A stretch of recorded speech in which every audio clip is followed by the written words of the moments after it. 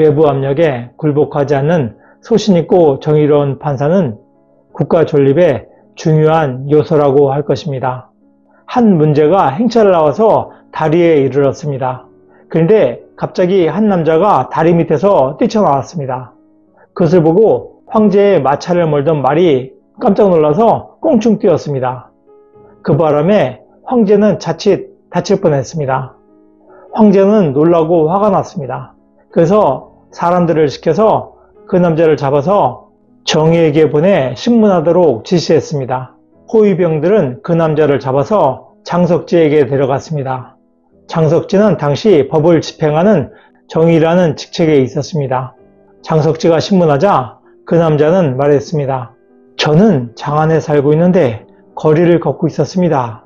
그런데 행차 소리를 듣고 다리 밑으로 들어갔습니다. 그래서 한참 지나서 이제는 다 지나갔거니 하고 생각해서 다리를 나왔던 것입니다. 그런데 말과 수레가 아직도 있는 것을 보고 놀라서 달아났던 것입니다. 장석지는 그 남자에게 벌금형을 선고하고 풀어주었습니다. 그러자 황제는 매우 화를 냈습니다. 그놈은 내 말을 놀라게 하여 내가 하마터면 다칠 뻔하게 했던 놈이다. 그러한 놈에게 겨우 벌금형이라는 것이 말이 되는가? 이에 장석지는 법을 적용하는데 지나치게 되면은 그 법은 백성들의 신뢰를 잃게 됩니다. 이번 사건의 경우 폐하께서 그 자리에서 그자를 죽였다면 모릅니다. 그러나 법을 적용하라고 신에게 넘기셨으니 저는 법에 따라서 처리하는 수밖에 없습니다. 법 적용이 한번 잘못되면은 법을 다스리는 관리들은 모두가 제멋대로 가볍고 무거운 것을 결정하게 될 것입니다. 그렇게 되면 백성들이 믿고 살 곳이 없게 됩니다. 이에 한 문제는 그대의 말이 옳다 하고 수긍하면서 장석지를 더욱 신임하게 되었습니다.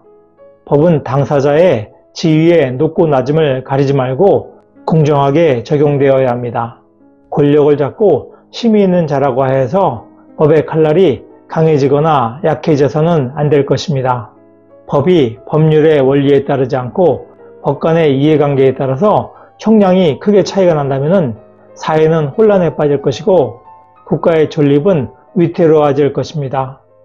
법관은 오직 본인의 양심과 법률에 따라서 공정하게 판결하여야 합니다. 부당하게 법관을 위협하거나 회유하여 공정한 판결을 왜곡시키고자 하는 시도는 사회의 정의에 반합니다. 외부 압력에 굴복하지 않는 소신있고 정의로운 판사는 국가 존립의 중요한 요소라고 할 것입니다. 노력하는 여러분의 동반자, 동반TV입니다. 감사합니다.